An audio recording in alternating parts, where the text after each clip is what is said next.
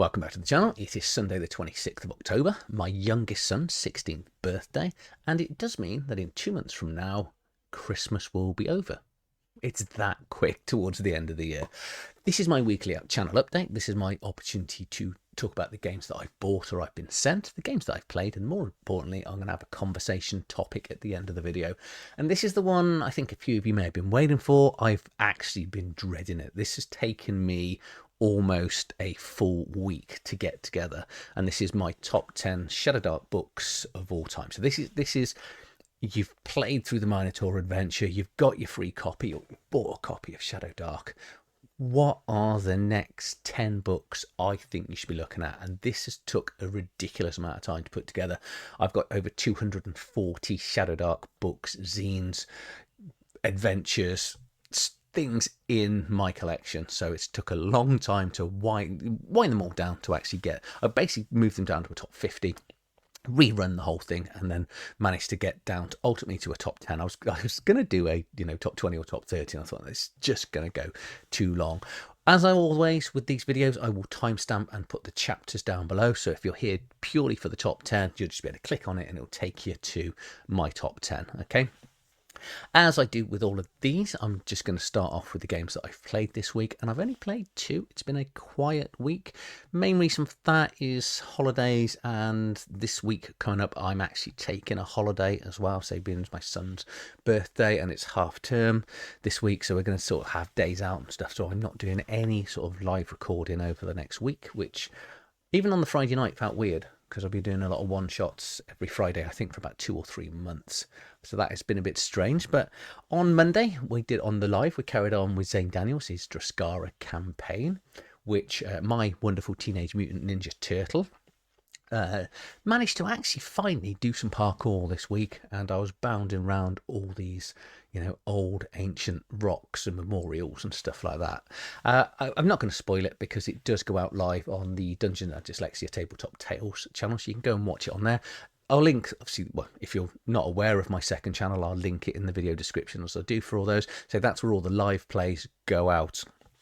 And then Tuesday night, I played Liminal, which I'm going to show you a sort of a preview review of the book now, because I've been playing it for a couple of weeks. So I managed to get a hold of a copy of the PDF.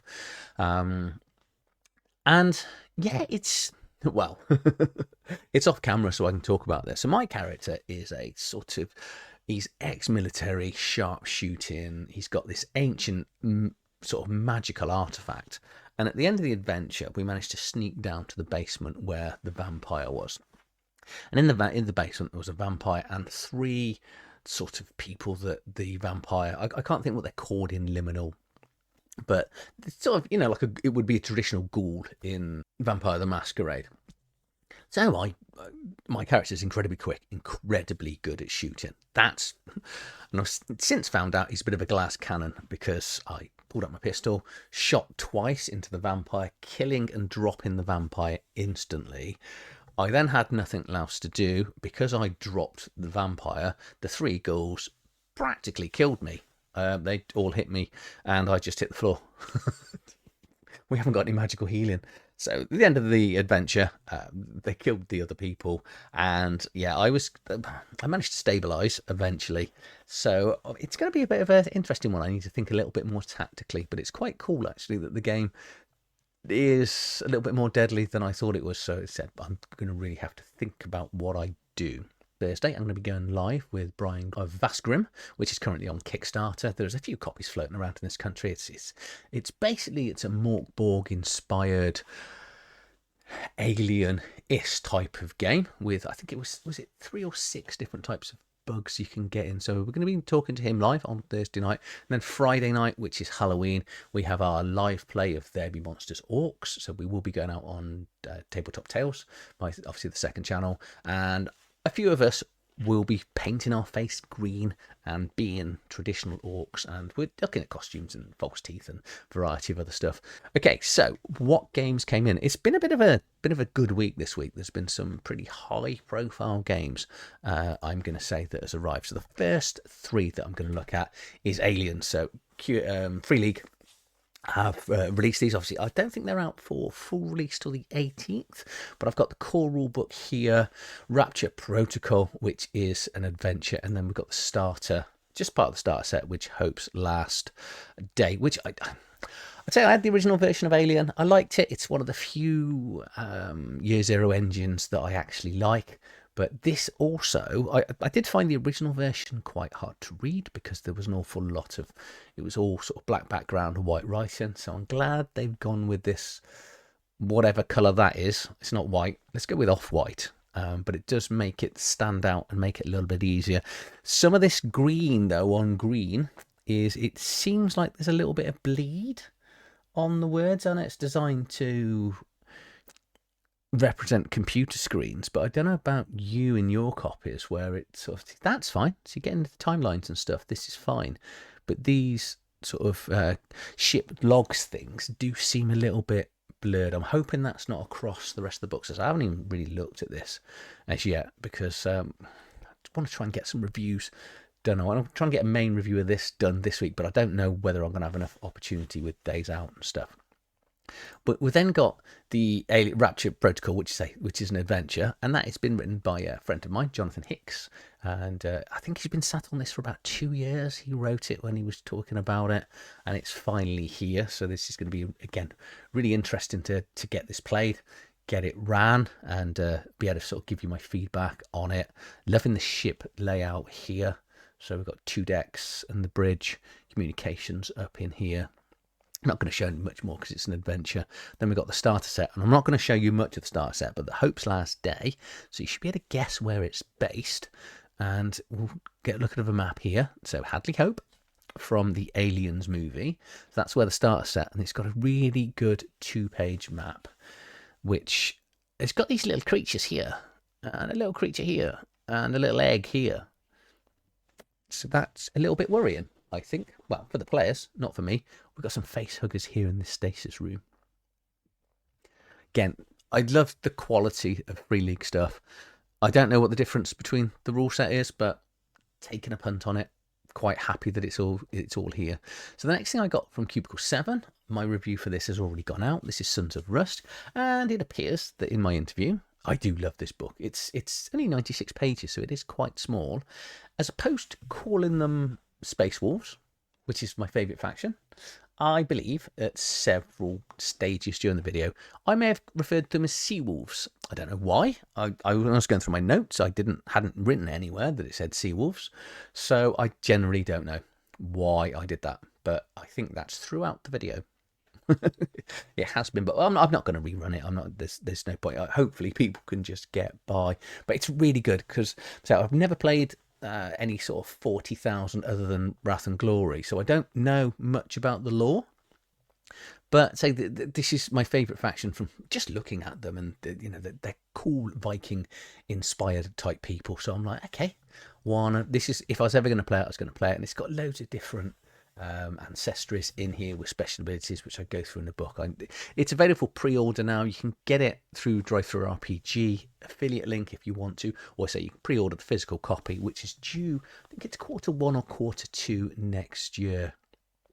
Mongoose, as I discussed last week, Mongoose sent me some physical books. They've now sent me the PDF, so I can just sort of show you bits of what's included that they sent me. So they sent me this Traveller Vehicle Handbook, which I believe is about to get a reprint because it's going through this sort of reprint phase, the sort of 2023, I think it was, reprint of the core rulebook, and then some of the other books sort of like 24. So if you are looking at this, this one's probably going to go out of print because the 2026 version, weirdly enough, comes out in a few months next year. So Traveller's one of those games that I really enjoy playing. I don't get enough time to play it, but I don't really know. I've only played the new version of it. I didn't play the first edition or the second edition before they redid the sort of 24 edition, if that makes sense. Well, I played it a long time ago, if that makes sense, but I've got all the 24 books, so I don't know what the huge difference is. And we've got a couple of adventure books here. This one's 316 pages, which is is that Suleimani Front? I think that's probably pronounced. which seems a little bit more human ancestries here. And we've got a couple of, oh, that, I say human, and then straight into the webbed hand, non-human. And then they're creating ape travelers, because you can do cats and dogs. Well, it's sort of felines, isn't it? And wolves in the main core rulebook. And now it's going to bring us apes. And whatever this is. Okay, this is really changing the thoughts and where Traveller's going to go. Okay, that's cool. Going to offer us some weird little aliens there. Not necessarily little. This one's 105 pages, Mercenaries of the Chartered Space. I think this is probably going to be an adventure module more than a sort of area module. There's the platoon sizes and things. Okay. The next book's really excited. So I've been playing Paranoia since, I wanted to say it's first edition. It may well be second edition. But I was aware Mongoose had done, I think it's now called the Perfect Edition, which I think is really cool because it's written by W.J. McGuffin, which if you're going to make a game like Paranoia, that really needs to be your name. And it's great that it is McGuffin. But Paranoia is one of those games where I think everyone should play. And I'm hopefully going to get a review of this done this week. With Halloween coming up, I'm going to be doing some Halloween-inspired games and one-shots and things that for reviews. And Paranoia is one of the games that everyone should play. It's a great game to actually play on Halloween. It's not horror-esque. However, everyone's a clone. You've all got 5 clones. You've got some secret missions and secret abilities through mutations. And you're all working in this sort of, it's kind of a dystopian world, but it's not, everything's clean and nice, if that makes sense. But there's massive hierarchy. You are the bottom. Anyone dressed in red, which all of your clones will be, you are the lowest of the lowest. You've got the lowest security clearance. And as you're sent on missions or things that you're going to have to do, you will suddenly find out that some of the players will have mutants or anything like that. And if they do, your goal is to kill them. All the while, the games master, who's got the hardest role, is playing technically the computer. And this has got this new clean version of the rules. It seems, you know, it's just D6s, pool of D6s, and you're looking for a 5 or 6 off there, stat versus attribute. And one of your dice will be different, which is a computer dice. And if that ever comes up with a natural 6, the computer or the games master will notice something's wrong and may end up just killing the clones. And here's the character sheet. So you've got the public character sheet. So this is what everybody knows. And then you've got the naughty side, which is your secret society, your secret objective, your mutant power. So everyone thinks you're a normal clone. No, even all the other players. So this is all done very secretive. You've got to keep it all away from the players. It's hence the reason it's called Paranoia. And if you ever show any of your mutant powers, because mutants are bad, you will be killed by other party members. Then the new clone comes in and they don't know whether the new clone's got the same powers or abilities or anything like that. So yeah, it just works. At the end of each session, there's winners and losers as well. You are actually playing against each other. And Mongoose kindly sent me several books here. So we've got a component, a 401 Compendulum here, which gives you some more mission ideas and a bunch of NPCs.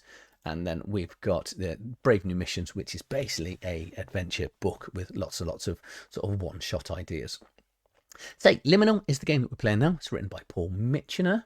This comes in at 286 pages. It's based here in London, or at least the adventure we're playing. And we are supernatural investigators that can't go south of the River Thames, for reasons that the game will explain if I actually read this.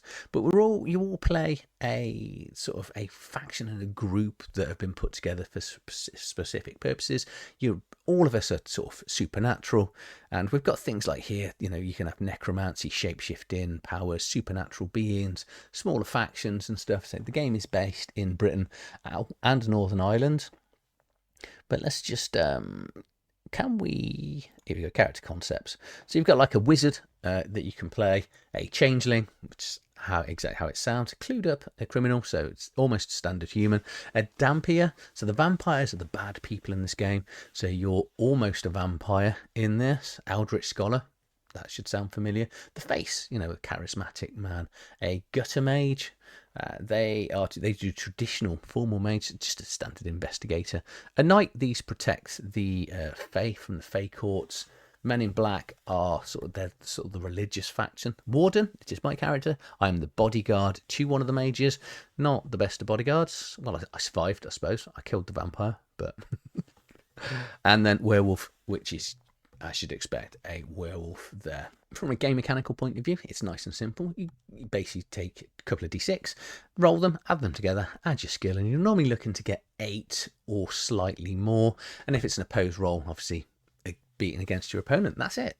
So it's, if you're used to playing things like Traveller, where you're rolling a couple of d6 and adding them together, plus a skill or a tribute as you get in Traveller, but in this one, nice and clean. So that's it. That is what came in this week. Okay, so my top 10 Shadowdark books of all time. How did I put the list together? I said going into it, I did have, there's over 240 books that I had to basically short down to a list, but I've already done my top 10 hex crawls, my top 10 one-shots, and my top 10 campaign settings. So I wanted to do this, though. This is going to come from a point of view as a games master, because you've got Shadowdark, or the free rule book. And Shadowdark is a great rule set, and it's a great tool to add other things on. Also, actually, I will say that everything in here is fantasy based, so I haven't done or anything sci-fi, any of those more quirky rule sets, they're all out. This is more traditional. You want to play a fantasy setting for Shadowdark, and you've got your fantasy friends around, and how can you improve the game for you and for them? What 10 books should you buy? That's how I sort of collected this. So if you're going to be spending money, these are the 10 books that I reckon as a games master that you buy, and they do come in order. So my number 1 is the book I think you should buy first, 2, 3, all the way up to number 10. So I think I probably wasted enough time. Let's just get in and get down to my top 10. So my number 10 is The Shut Oyster. This is a book that is probably without controversy because it is based on a brothel, but it can be put into any adventure, and I love what this book does. And if you don't like the brothel theme, absolutely fine. Make it a club, make it an inn, make it a bar, get rid of the prostitutes, just make them normal men or women. You know, they don't have to, they can just be workers in there or people that hang out. But what I love about this is you can basically slot it into anywhere and make every single town that it's in is going to be more interesting for both you and the players. Now, it is filled with NPCs. Now, as a games master, what you want is interesting NPCs. So even if you want the theme out, you can use some of the NPCs and their backstories and backgrounds. And I'm definitely going to recommend that any town or city should have this madam and this vicar, because she kind of runs the pub, if you're going to make it a pub or brothel, and she's got her own sinister stuff going on. She's not a very nice person, but the only person in the town that knows what's going on is Father O'Malley, who is a drunk, and nobody takes him seriously. So you're allowed to constantly just have these rumours and things coming off that he's going to helping the players, and they're going to think he's ignoring them. But it's not a sort of point-to-point adventure, and ultimately they should tease it in a way that's going to make the players want to go. And if they go in there and have a few drinks, you can encourage them to use this place. This hopefully should become your carousing rules. And what actually happens sometimes, there may be some sex and stuff included. It's quite adult, but every now and again, the Shut Oyster is going to get burnt to the ground. And then the players will go out adventuring and do whatever they do. And when they come back, it's going to be being rebuilt again. And this cycle is going to keep going on until they actually go, this is weird. Why is it constantly burning down, being rebuilt? And they're going to want to start to investigate and investigate more. I'm not going to show any more of the book. And when they really invest in the adventure, that is when stuff gets really serious and from a games master, really fun. I would put this, if you're going to be doing any campaigns, put this place into at least one town in your adventure. You can't put it into more than one, but what I mean is just put it somewhere and tease it. You've got all the rumours and everything else. The players will have a blast. To say, if you don't like the theme, absolutely fine. Just make it a normal pub or club. but it gives the players a good reason to come back into this sort of safe town or different town. But you know, if you think about most places, most people aren't like the littlest hobo. If you're of that age, most people will have a home, and you know, it's just the rival other place to go or the place to carouse. And then eventually, as a games master, you can tease it and have some fun with the players, which is why my number 10 is the Shucked Oyster. Number 9, eventually you are going to want some one-shot adventures, because you might just be tired of writing your own adventures. And if you're going to have one-shot adventures, you couldn't go much further wrong than getting the Devoured Labyrinth, which is, so that comes in at 122 pages. It's 41 1 to 2 page one-shots, 6 larger maps. One of them included is a gauntlet. So if you want to start the players off with a gauntlet, you can. Now, this does come with a hex crawl, and it was very high up in my hex crawl top 10. And I'm not recommending this because of the hex crawl. I am recommending this because of the one-shots. You don't really need to link any of the adventures together. You can, because some of them do link quite well. They tend to be in areas. So we've got like Goblin area here, the Central Jungle, a Labyrinth, Demon Frontier, Giant Hills, and then these other. They're not really related, well, other than the sort of the Drifting Colossus, which is the floating skull, and the Caverns of Carnage, and the 6 tombs. There's 6 tombs in this one that all link together.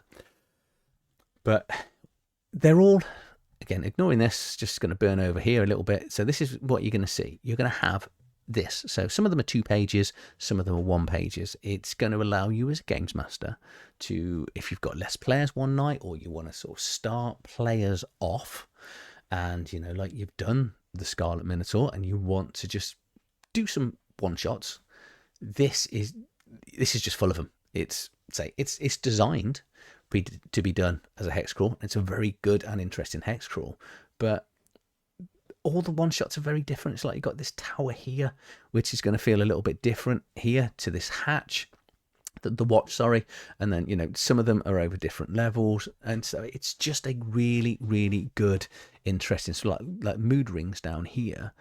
This is just a little bit of a cave in, and then, you know, you're going in, and say most of them are like 3, 4 really small rooms, so they're not going to take very long, but it does mean that you don't have to do a huge amount of preparation.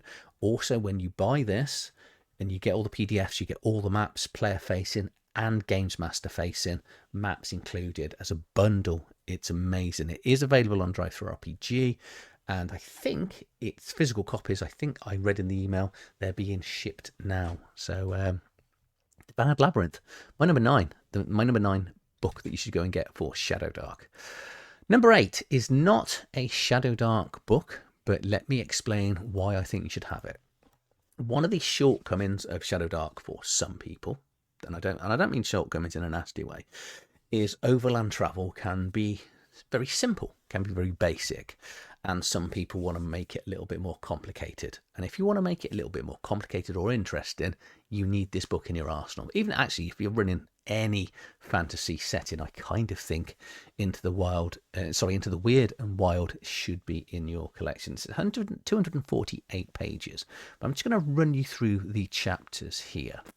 So this will give you an idea of what's included in the book. So we've got some new rules here, all hyperlinked as well, which is always good. But new rules for exhaustion, surviving the nights, hunting, cleaning bodies. So when you find a creature or you kill something, you can take parts of it to put towards rations and food and potions.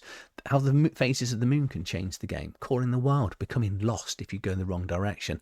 And eventually you might suffer with madness. You've got an awful lot of new and interesting creatures here. We've got some factions out in the wilderness and the wild. An incredibly interesting section on this dungeon here, which is a forest wilderness dungeon. So I'll just show this.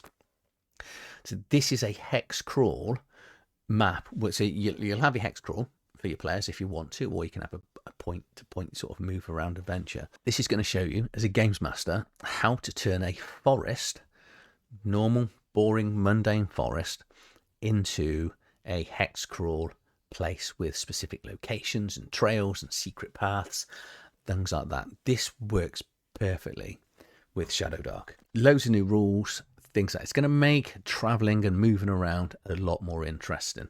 that is why my number 8 is Into the Weird and Wild. Number 7, again, is a non-specific Shadowdark book, because eventually in your skill set, you're going to want to run a West Marches campaign style setting.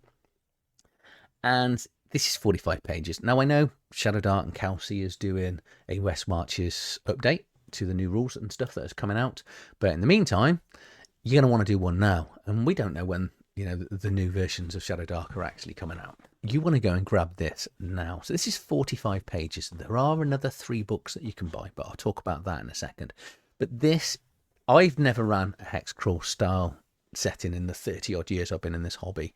And I was sent this, Carl did send me a copy of this, and I read this and I was like, oh, I get it now. I get actually how simple hex crawling actually is. And Shadowdark is perfectly designed for hex crawling.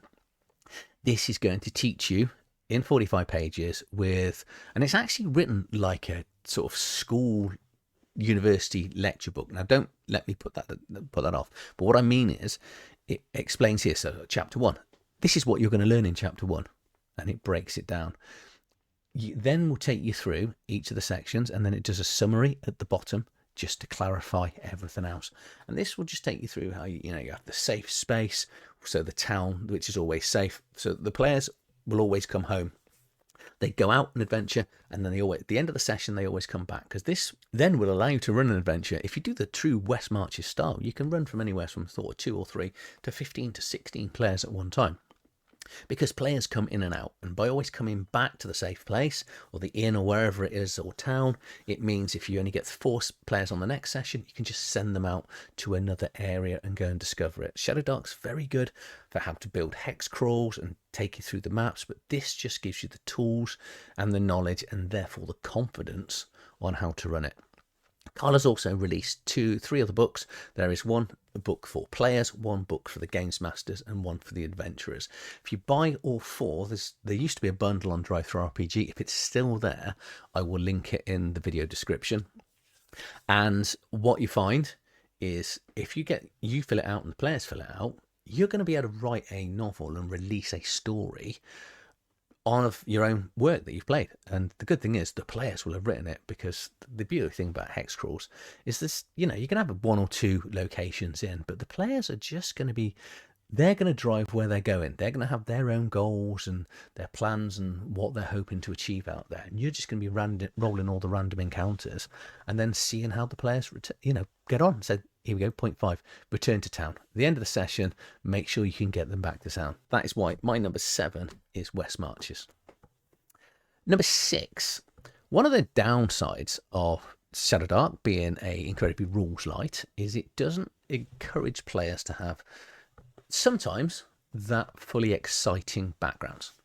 You roll a d12 or d20 and you might be a sailor or a butcher or whatever it may be. I love random tables, which is why I love Traveller, and I love all the J. Lassard Gitz books, and these will allow you to do this. So this is Life Paths for Shadowdark supplement. Now, I've got the big one. Apparently it's now been shrunk down to A5 size if you get it from TTRPG. But what this is going to do is allow the players to randomly roll their backgrounds. It's going to give them a few abilities, powers, stat increases, maybe some negatives or people that hate them as well. You've got I've never managed to find a path that isn't related to someone else's class, because you've got the main 4, wizard, fighter, priest and thief, and then you've got some more generic ones if players are playing something different, so bard, ranger, witch, warlock, knight, shaman. If all else fails, hero path. Okay, there is no out and out evil one, but I'll give you an example of what we're going to do. So let's just let's pick ranger. So you can either pick or roll. I like to get my players to roll these unless they know. So what you're going to do is, we're going to go the ranger's path because we're playing a ranger type, and he can either be wildborn, animal friend, or the explorer. And sometimes I'll roll a d6, which means we go between 1 to 6 of the lanes. Sometimes the players may actually go, do you know what, I want this. So let's say animal friend. So we go, as a child, you held the instinctual love for all creatures, be they big, small, ugly or cute. They were your friends or your companions. And you can either have event A or event B. And it's up to you. You can either read them out and let them pick, or you can go 50-50. For example, they go event A. It was the connection you felt in your childhood pet that formed this love. They'll then roll a d6. Normally, if it's a 4 to 6, they'll get something good. If it's a 1 to 3, something negative. So if they get the 4 to 6, the connection was almost like a mental link, as an ability to read their minds.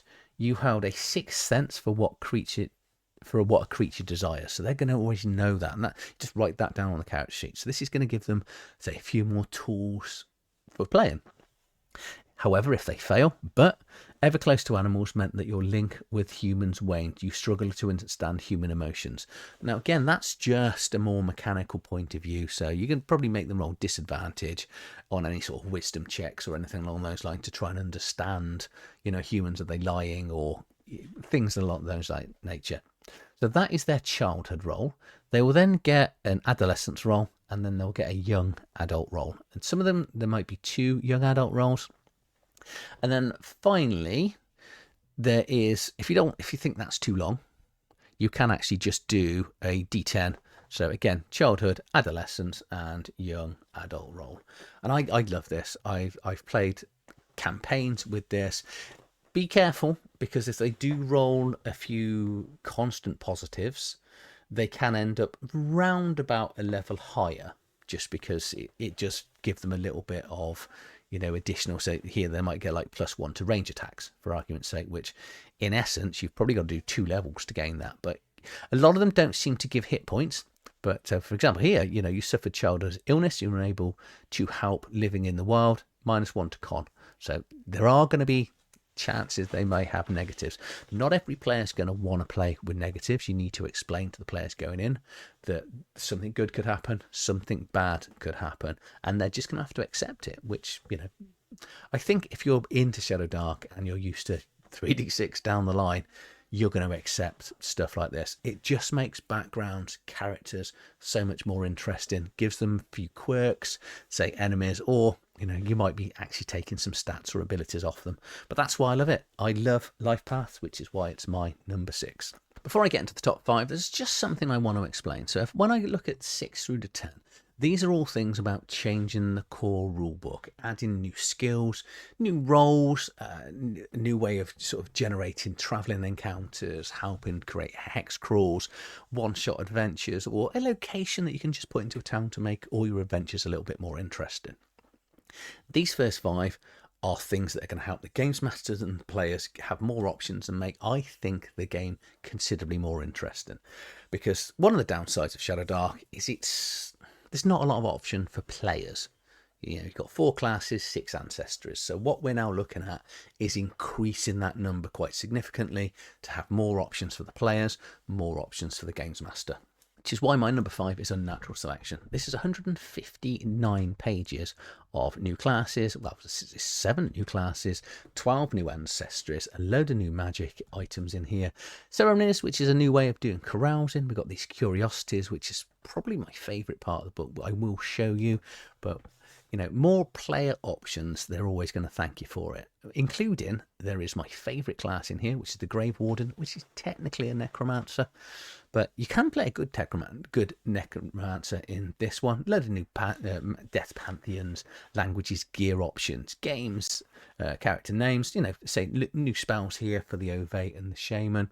But curiosities is interesting. So the curiosities are something that's just going to change the environment and change the world. It's going to make it. It's going to give you. It might slow down the adventure just a little bit in here. So you're going to roll a few d20s, as well as some d12s and some d10s, and it's going to finally give you a curiosity and what it's doing. So for example, let's just have a pool here. So you roll a 3, and you're going to have a pool of, let's go with blood. And the pool of blood is actually made out of diamonds, which is going to be breathing. So you're going to be able to hear the voice in there. And when players touch it, they might end up taking damage and things like that. So there's going to be some sort of interaction. You then get to see the function. What does it do? How's it going to interact with people? They might touch it. You might read their mind, or you might be able to read the mind of the pool and see what's going on in there. And then when they cure it, or It may have some sort of special function. It might be able to bless the players or heal them and stuff like that. So I'd make sure that you roll these beforehand, so you've got a couple to hand. So just if you want to make it an encounter or a random place a little bit more interesting, these curiosities are really cool.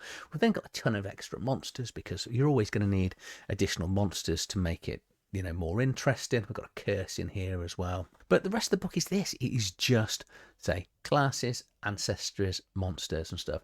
I just think as games go, this has got a lot to offer, and so it's going to give it a lot more tools for the games master and a lot more tools for the players as well, which is why my number 5 is Unnatural Selection.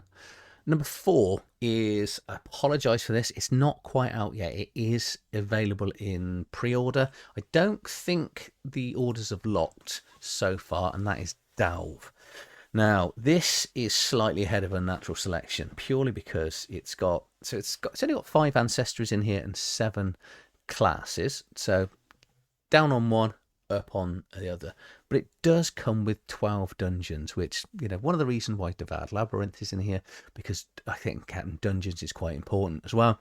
But more importantly, this has got magical items, a load of new creatures, traps, magic effects, rival adventurers, shops, a load of riddles in here. This is almost a perfect toolkit for games masters. To say it does very much the same thing as Unnatural Selection, but this has just got a few extras, which is why it actually like slotted in then at number 4, because so you've got these cool dungeons and stuff as well in here. So classes, more ancestries, always appreciated, and spells to go with them. But I'll just give you an idea of, you know, what the dungeons look like.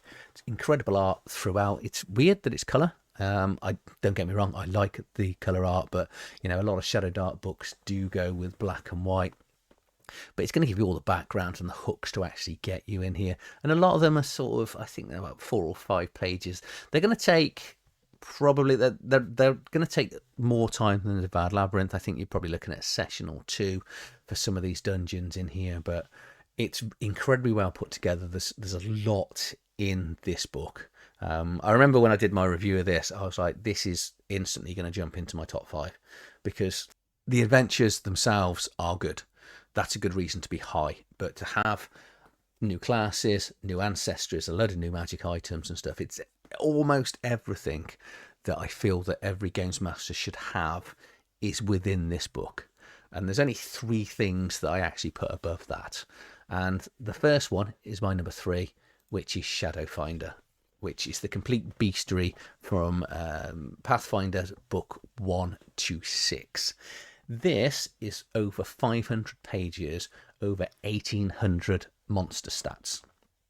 There's some are replayed already in the Shadowdark rulebook, but what Will has done with this is he has taken, say, all of those beastries from 1 to 6 and actually there's some additional creatures in here as well, for Pathfinder 1st edition, and he's converted them to Shadowdark. This we're still looking at the contents. We are only on M, and I'm 20 pages into the book. Every monster is hyperlinked, so you can just give you an idea of what 1,800 plus monsters look like. So we've got 30 pages of contents, and let's just pick on. Let's just go with the Wendigo.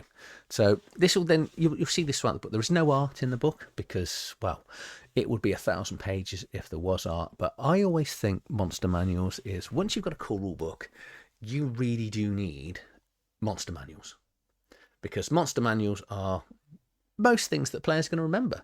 Most players, they might remember a trap, they may remember a dungeon, they're going to remember fighting a monster that almost killed them every day of the week, and they're going to be talking about it for years. And this is going to give you hundreds of options as a games master. And for me, I love reading monster manuals because I can base one-shots on monsters, I can base campaigns on there, or I can do epic multi-year campaigns based on creatures. And I just think I'm one of these. More choice is always better. This should be available. I think it's going to be started printing. It's available on TTRPG, but there isn't many animals out there that are not going to be in this book. You could argue it's too much. is too much, because here we got a narwhal whale as well as a standard whale and a great white shark. So we got whites and things like that. This is just vast, absolutely vast, but it does include some of the larger, higher level creatures. So we've got a worm wrath here. Wrath-like skeletal dragon spawned from drakes that represented death and dying. Lurk near layers, slaying and reveling in undeath. So it just gives you a nice description of the creature there and the sort of areas it's going to be hanging around in. This is a level 12 creature, hence the reason it's got a few additional powers. So it's immune to morale checks. It's got a breath weapon here, so you're going to get to try and dodge it with a dex 15 or take 4d6 damage. Creatures slain by it rise as shadows, so you're not going to want to lose your character. Divine magic on the target is dispelled, incorporeal. In place of attack, it becomes corporeal or incorporeal if it wants to, so it can just switch in between. And light vulnerability, powerless in bright lights and can only take a move action. So players might not know that. Well, then now I've told them. But this is why I will look at a creature like that and I go, oh, okay, where can we put this into an adventure or a campaign setting? I just absolutely brilliant. Huge amount of creatures and huge amount of work by Will. It's marvelous. And so some of it you'll get like this, where you get a whole section of zombies. And what's this? 1, 2, 3, 4, 5, 6, 7, 8. Is that 9 different types of zombies to throw in? So you're always going to have choices regardless of the level. So if the third most important book you should buy is a monster manual, that means the second most important book you should buy as a games master is more options for the players. So a player's manual. And there is a player manual for Shadowdark, and it's called The Player Companion for Shadowdark by Chubby Funster. This is 114 pages. It's going to give you some new backgrounds, 24 ancestries, 36 classes, and then all these wonderful additional weapons, armor, loads of adventuring gears, a really interesting section on plants and poisons for the players, load of traps and spell catalysts which change the way the player's spell works. They're going to allow them to become a little bit more interesting, a little bit more powerful. And again, player choice is always good. There's also a fun game that you can do this, because sometimes people go, there's too many options in here. Kind of is too many options. But what Chubby's done either by deliberate or by accident, we've got to ignore the backgrounds here. I'm just going to go past the dungeon. So you've got ancestries here, and you've got a D100 table for ancestries. It does exactly the same for classes. Now, what I do with my players is I do let them roll for this. But what it means is, let's say someone's a dragonborn. No one else can be a dragonborn. And I will cross that off the list. And I do exactly the same with the classes. So it means when someone dies and they roll a new character, we can't have another dragonborn again. We will basically, so it guarantees that people are going to be playing through some of the more obscure things, or things they've never played before. Because once we get to classes here, we've got like a druid. People have played a druid before. But if someone rolls a druid again, you go, no, you can't have that. Re-roll it. And then eventually we're going to end up with things like gladiators, monks, mystics, scholars. When we go through, there's artwork for every one of the classes as well, which is always good to see.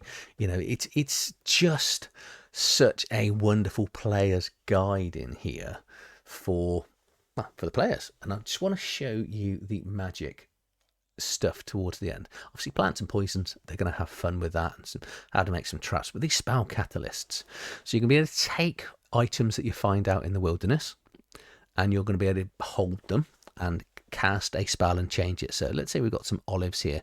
That's going to make magic missile a slightly different spell. So we'll go across to olives. 10. So small fruit from a hardy tree that can be crushed for cooking oil. If howled while casting magic missile, it consumes the item, deals +1 damage, and knocks a humanoid target off its feet if they fail a dex DC 18 dex check. How much more fun is that? And a reason to go in the wilderness and actually go and find stuff. Now, you can either tell the players that, on this table here, or you can let them discover it. I tend to allow my players, when we're finding stuff in the wilderness, you let them know, make an intelligence check. Well, get the wizards to make an intelligence check. And then they'll find out exactly how the spells are sort of going to be altered. Obviously, it's going to work for divination spells as well, so the priest is also going to be able to benefit from here. Absolutely brilliant idea, and which is why it's my number 2. So many options for players, changing the spells, all the poisons and things like that. So that is my number 2, the Player's Companion. Now, before I get into my number 1, there's something I forgot to mention as I started the top 10. So all of these top 10 I have actually reviewed. So if you want to find out more about any of these, I will put my review in the link to the video description. So you can actually just click through and then just go straight on and have a look. So you don't have to take my word for it. All of my reviews, I go through page by page, have a look what's in there, so you'll be able to go and see it. So by now, before we get into my number 1, I can pretty much know that all of my subscribers are probably fully aware of what my number 1 is.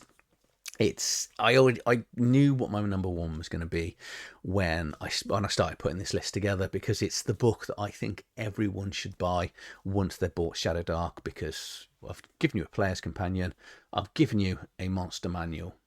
So the first book you really need to buy is a Games Master's Companion. That is why I hate to say it, and I hate to put Chubby Funster at 1 and 2, and I don't mean it like that, but these two combined, I nearly combined them, and I thought, no, that's going to be a top 11, so it's going to be a bit of a cheat. But this, I think, is beyond Shadowdark, it's the most important book that every Shadowdark Games Master should buy. Should a player buy it? Possibly not, but then this isn't a list really for players. But why should you buy this? So this comes in at 140 pages.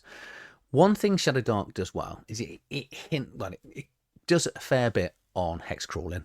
It's very good at building terrains, settlements, gives you an idea how to build dungeons from scraps, monsters, treasure tables and stuff. But what this does is it takes Kelsey's work and just explodes it by a ton more options.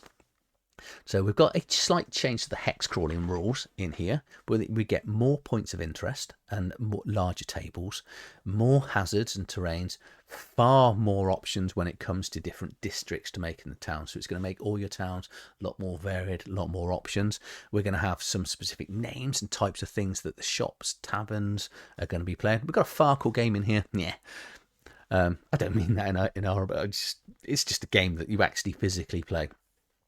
But you want to change carousing rules. We've got carousing rules for priests, carousing rules for fighters, and carousing rules for wizards as well. I would say probably the weakest part of the Shadowdark Cool Rulebook was sort of creating the dungeons. It was all right.